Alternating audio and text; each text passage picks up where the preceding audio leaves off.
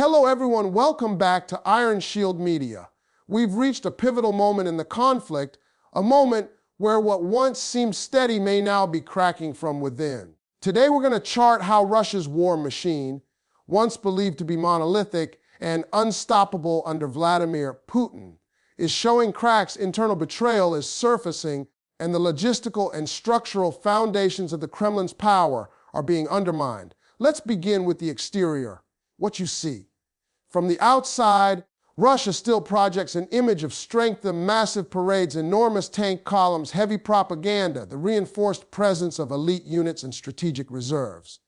On the global stage, the Kremlin continues to assert that its special military operation is proceeding according to plan, but appearance is only one layer. From the exterior vantage, we see symbols, the flag-draped missile units, the state media showing dancing soldiers, official rhetoric about territorial gains and ultimate victory. We see show of force operations, deployments to Ukraine and other theaters, the heavy artillery, the air strikes. We see the supply lines and rail links that nominally support them. On the surface, this machine still functions. But we also see emerging signs of strained fuel shortages, delayed equipment, morale problems, the visible need to rotate units more often than before, and a higher reliance on older hardware. What once seemed a uniform display is now interspersed with glitches and visible weaknesses. Now the interior, a brief look inside. Inside the machine there is bureaucracy, there is corruption, there are competing power centers, and there is a growing discontent.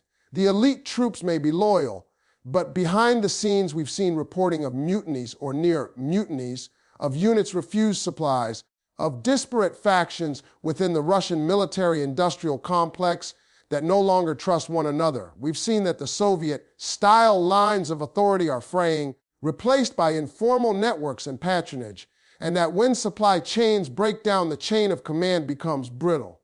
The interior is less cohesive than it appears. Turning to performance, how does the war machine perform?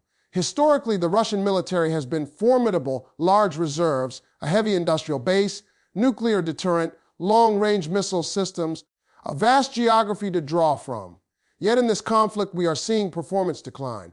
Precision strikes by Ukraine and its partners are hitting logistics depots, fuel lines, ammunition stores, rail hubs. One analysis notes that substations, refineries, and key railway junctions are being systematically degraded, slowing Russia's ability to move troops and munitions. Ukraine Today, Org+2 National Security Journal +2, the system still functions, but the pace of operations is slower, the costs are higher, the attrition rate is rising, and the rate of gain is minimal at best. According to one expert, Russia's war machine has reached its zenith some time ago and only goes downhill from here. National Security Journal, so the performance is faltering. Now the safety features, the defenses, redundancies, buffer zones, fallback plans that Russia believed would protect its war machine and preserve Vladimir Putin's power. Russia counted on its vast geography, deep reserves of manpower, its nuclear triad, its control of energy exports, its internal censorship and domestic security organizations, its loyal elite. It counted on plausible deniability, on proxy forces, on hybrid warfare, on the speed of mobilizing frozen reserves, and on the idea that Western assistance to Ukraine would falter. Some of these safety features have held up, many have not. The sanctions against Russia's energy sector, for example, are described as a big step toward crippling the Kremlin's war machine. The Times of India, the geographic buffer, is being penetrated by drone strikes, missile strikes, sabotage acts. Internal dissent and logistics failures are removing the cushion that once made a wide front sustainable. The internal security apparatus is stretched. The fallback plans for long war are now public knowledge and thus targeted, so the safety features are compromised. Next, unique selling points. What did the Kremlin's machine offer that made it appear formidable? One, in sheer scale, thousands of tanks, fighter jets, huge manpower reserves. Two, legacy industrial base capable of mass production of armored vehicles, missiles, artillery. Three, a political system that in theory could mobilize rapidly and suppress dissent. Four, energy exports that funded the state and the war. Five, strategic depth and layered defense in Russia's vast territory. On paper, these were impressive selling points. But now we must ask, how much of each remains operational? The industrial base is under strain, the export markets are shrinking, the manpower reserves are showing signs of exhaustion, the political system is showing cracks. The promise of endless mobilization is no longer convincing. The selling points remain, but their viability is eroding.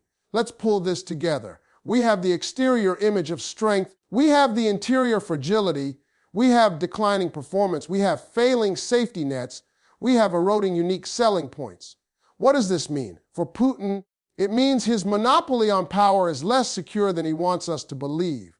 When a war machine begins to falter, when internal betrayal and dissent rise, when the machine cannot sustain its own logistics, then the entire system becomes vulnerable. The Kremlin can no longer rely purely on force.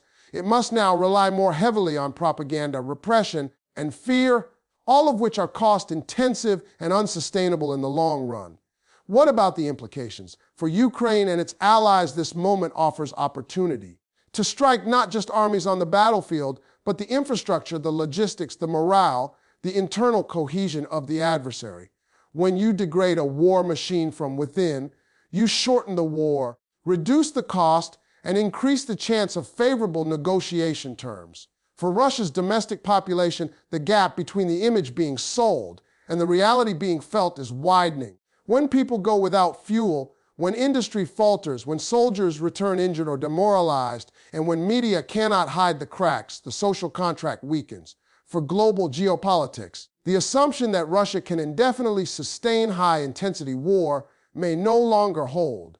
Allies and adversaries alike must recalibrate. Now, what about price? While this is not a commercial product, we can think in terms of cost. The cost for Russia is mounting: military losses, equipment losses, personnel casualties, economic sanctions, industrial disruption, political risk. The price is high and increasing. On the other side, Ukraine and its backers pay a price too, in munitions, economic burden, humanitarian cost.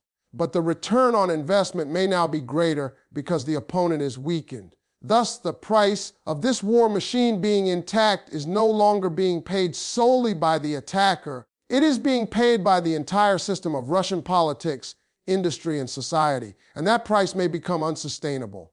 In conclusion, the machine that once seemed invincible is showing its vulnerabilities.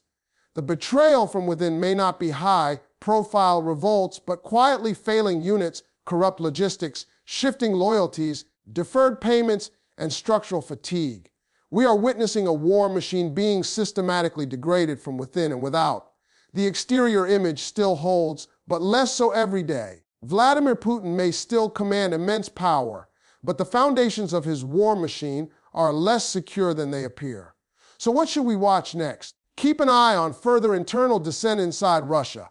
Defection of high-ranking officers, resource allocation problems, supply chain disruptions, industrial shutdowns, public unrest. Watch the infrastructure power grid attacks, rail junction strikes, oil refinery damage. Watch the performance casualty rates, equipment losses, withdrawal of units, morale. Watch the safety nets, how energy revenues hold up, how the internal security sector copes, how elites respond when the system must choose between war and economy. And watch the world, how Western alliances respond to this opening, how Ukraine leverages it, how Russia shifts its posture. Thank you for watching. If you found this video helpful, please like, subscribe, and share. Hit the bell so you don't miss future analysis from Iron Shield Media. Until next time, stay alert, stay informed, and stay tuned for the next chapter in this conflict.